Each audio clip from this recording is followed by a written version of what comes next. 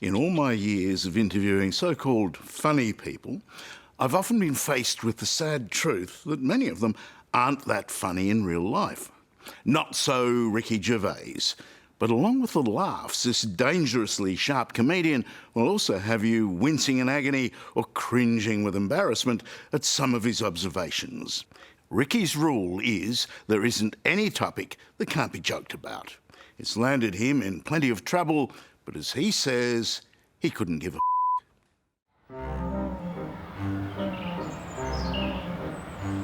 Now, here's a bloke who died by falling asleep. Henry Francis Gray, who fell asleep. Maybe he was sort of sitting on a tall pole, and then you would die of falling asleep. I like Spike Milligan's. Oh, yeah, that's right. Told you I was ill.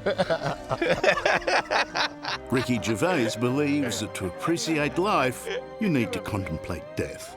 A posthumous award, no good to anyone. Give me it now. Which is why, on this cold London day, I find myself walking through a graveyard with one of the world's funniest men. I love English graveyards. Yeah, they're great. Does remind us. Well, it is. That it's finite, and all the things we care about now mean fuck all. They mean nothing. The things that people have got furious with you about. Yeah. Yeah. In the fullness of time. Oh, they love me when I'm dead. Before he dies, he seems bent on offending as many people as possible. You're so much better than last year's audience. No, they had a right stick up their arse. Thank you. But the more wicked he is, the more he is loved and the richer he gets. I grew up in poverty with nothing, right? But the point was to pay your way, then have a laugh. That was the men. The women carried on working, obviously. On the eve of launching his new series, Ricky is welcoming me to his world. Oh, you've done all right, mate. Yeah, thanks to Netflix. Come in The posh London suburb of Hampstead. How many bedrooms have you got here? 28. But we've had it knocked into one so family can't stay. In television, it's too easy these days to put a foot wrong. Doing up my posh trainers that I put on for TV. Unless you're Ricky Gervais, who simply doesn't care. Comfortable shoes are important. That's all I care about. And me comfort. too. I'm clean. I'll wear a suit with this rubbish. Yeah, I know. Who am I trying to impress? I know, and sometimes they notice, but maybe Yeah, who cares? Gervais grew up in a working-class council house. The youngest of 4 children, he was known as the mistake in his family. He nurtured early dreams of being a scientist, philosopher, and a rock star. But somehow his sense of humour got in the way. Where did the presumption come that you could actually make a living, a terrific living, by being funny? Well, I didn't. I sort of fell into it. I was always doing it. I was always having a laugh. Everyone does it. You know, the funniest person you know isn't a professional comedian. It's your mate or your dad or your uncle. I was always trying to be funny, and you get a job and you make people laugh at work and at weekends. I never really thought of it as a profession. I can wake up one morning and go, oh, I don't feel like working today. Can I just stay in bed? Oh, I don't know. You better ask the boss. David, can I stay in bed all day? Yes, you can, David. Both me. That's not me in bed with another bloke called David. It's one of those great showbiz success stories. How his boring office job turned out to be a creative apprenticeship Nurse, the Polaroid. for a celebrated television series, aptly named The Office. Private life then, just to flesh out David Brent the man, is there a better half? David quipped, why buy a book when you can join a library? Suddenly, at 40 years of age, the unknown Ricky Gervais and his awkward character David Brent were world famous. She's not dead. I remember when I won the BAFTA, right, for David Brent, the first BAFTA I won, and I was at home that night, sitting there with Jane, and 41 years old with a BAFTA there, and I said, why didn't I do this earlier? And she said, because you wouldn't have been any good at it. You had to live a real life. Jane, your lifelong partner. Exactly, and you have to live a real life to be able to write about real life. And my girlfriend of over 30 years, Jane, although she hasn't really contributed to my career. No, I'm saying this is sort of all me. In fact, thinking about it, she has done fuck all.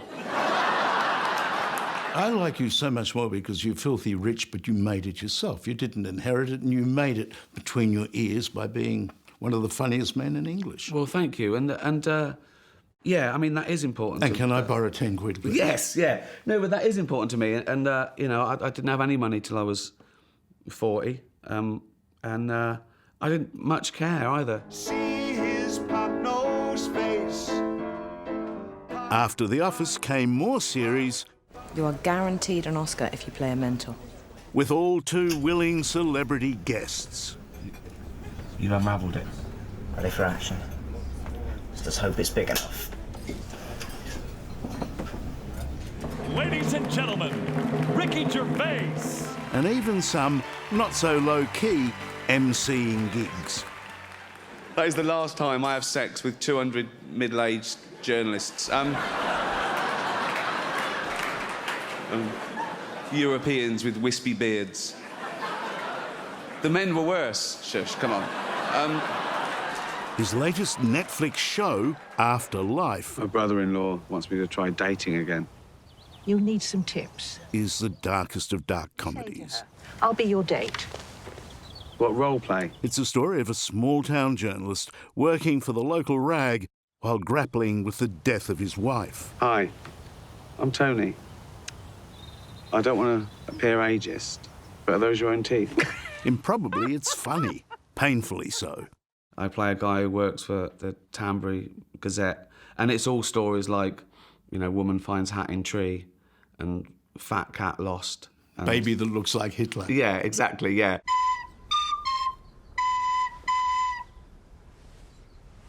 How long did it take you to master the double nostril recorder? A few hours a day for a few weeks, wasn't it? Oh, yeah. Blimey, it did me head in. All worth it now, though. Did you ever try journalism? Because this is my life you're doing. Yeah, so... I mean, those appalling interviews, those awful things you get dragged to. All journos have been through that. I quite like that. When I go to a new place, I always look at the local paper and see, you know, the headline, library book overdue. I love that. That's so much better than another 12 people stabbed to death. You know, if the headline on your local paper is something about, you know, stolen TV, you live in a nice place. The best story I ever did in Britain was as a young reporter based here, was a boy who sneezed 30 times a minute. he lived with his By himself? Mum. No, What? with his mum in a council flat. Yeah. And the air was sodden. It was humidified because he'd been shoo. As you might expect, life's not easy for a sneezing man. This And poor inside- kid, how old was he? He was about 18 or 19. So he was just going, kill me! He couldn't hold down a job. Kill me! And it struck me it was a Gervais moment because what happened, she said, there's only one way he can stop. If I put him in the wardrobe. Well, let's try the cupboard. Okay.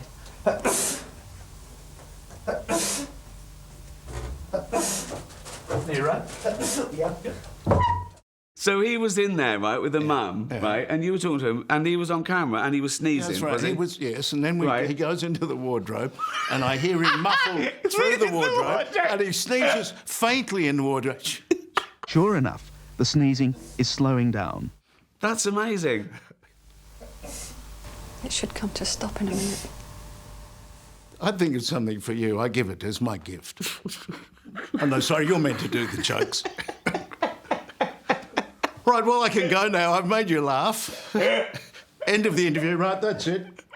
Coming up, Literally, no one has said something that's hurt my feelings, because they live in a bin. cracking jokes Don't do it. It'll be fine. in the age of outrage.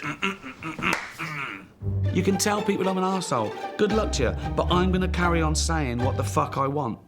And the biggest laugh That's all I've got on me. That'll do.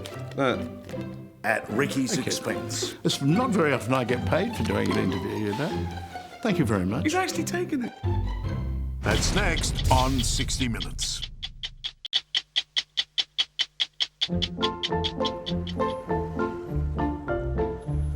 I understand that the town of Hampstead, or the village, has more millionaires than any other town. Is that true? Yeah. I mean, it's a beautiful place. I like it because it's like the great granddaughters and sons of, like, painters and poets and me, new money. I felt like it was the Beverly Hillbillies when I arrived. You know, people looking out of curtains going, who is this oik? Ricky Gervais walks his neighbourhood in London's Hampstead every day, and no one bothers him. I feared fame at first. No, I was probably... It's on the mean streets of social media where the comedian cops his slings and arrows. No one's ever upset me on Twitter. Literally, no one has said something that's hurt my feelings, because they live in a bin. You know what I mean? Yeah. So you're walking along and there's someone in the bin and they go, you'd laugh. You know? You know, it's like, no one can hurt my feelings. I'm too happy. Trouble is with Holocaust films, there's never any gag reel on the DVDs. I don't know, there isn't. Don't do it. It'll be fine. Don't think that Gervais is careless or offhand with his outrageous comedy. You've got a worse one. Yeah, I'm not too sure about that one. Every line is considered and lovingly crafted. Our next presenter is the Queen of Pop. Not you, Alton. Sit down. This is... Do you ever say the thing and then say, I shouldn't have said it? Yeah, Yeah, do you censor yourself as you go, or...? Of course I do. Later. People think I go around saying, well, I don't. Of course you censor and you think about it and it's calculated. People think I go out, you know, and host the Golden Globes and I'm just riffing and saying the worst thing I can think of. That's nonsense. I want a joke to be bulletproof. I want to be able to defend it in 10 years' time. We live in a great age of offence, don't we? People take offence by proxy on behalf of other people who are not even offended. Well, they do. I think there are people who are professionally offended who go around looking for it. You know, they really do seek it out. It's like they uncover things to be offended. They go back and find 10-year-old tweets. This clickbait headline that I see so often, so-and-so said a thing and people are furious. And not only are we not furious, most of us, we don't care, we wouldn't have even known about it if you hadn't have found it and printed it and told us we're furious. So it's just this vicious cycle. But no, I don't care. And likewise, I know people are allowed to be offended by things I've said. That's up to them. Kids are scroungers, aren't they? I mean, from day one, it's all me, isn't it? Feed me, clothe me, pay for my chemotherapy. Ricky Gervais's firm belief that nothing, literally nothing, is beyond a joke has led him into controversy. Not my problem, son. Territory he thoroughly enjoys. Luck of the draw, boy. Luck of the draw. Nothing should be beyond a joke. Well, there's no subject you shouldn't joke about, but it depends on the target. People get offended when they mistake the subject of a joke with the actual target, and they're not necessarily the same. I'm an atheist. I don't run into churches and say this is a load of bollocks. It's not the forum for it. But when I'm tweeting and when I'm doing stand-up, that's my church. You've come in, this is my house, my rules. If you don't like it, you can leave. You can leave. That's your form of protest. You can leave and never watch me again. You can tell people I'm an arsehole. Good luck to you. But I'm going to carry on saying what the fuck I want. Saying whatever he wants has certainly been lucrative, but it's also led to suggestions from pesky journalists that he's grown so rich he's forgotten where he comes from. But for Ricky, that's just more fodder. Do you know how much a pint of milk is? It was meant to make you look out of touch, and I don't know, but that's irrelevant, right? Next time a journalist asks me that, I'm going to say, I don't know, mate, but here's £1,000. Run and get me one, will you? How much is a pint of milk? Damn, I still don't know. We don't have real milk in the house now. We have almond milk and... You've missed the point. Yeah, I'm fudging you remember this shit. what you said? I don't know. Yeah, I do. No, I do, yeah. Well, I'm waiting for it. Yeah. Do you know what? Embarrassingly, I still haven't bothered fucking looking it up. You said the next time and next time a journalist says that how much is a pint of milk, I'm going to say, here's £1,000, run and get me one. What have I got? What have you got? That's all I've got on me. That'll do. Thank you. It's not very often I get paid for doing an interview, you know? It's making me feel funny. He's taking 50 quid. Thank you very much. He's actually taken it. I'll buy you a beer. Unbelievable. It's such a remarkable story of a clever, thoughtful boy who once wanted to explore life as a man of science, That usually works in cartoons. What's he doing, mate? but who ended up doing something much the same in the equally serious business of making people laugh.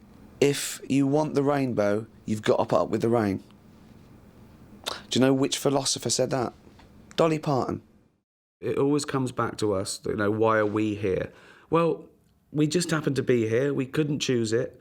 The chance of us being born, that sperm hitting that egg, is 400 trillion to 1. We're not special, we're just lucky. And this is a holiday. We didn't exist for 14.5 billion years.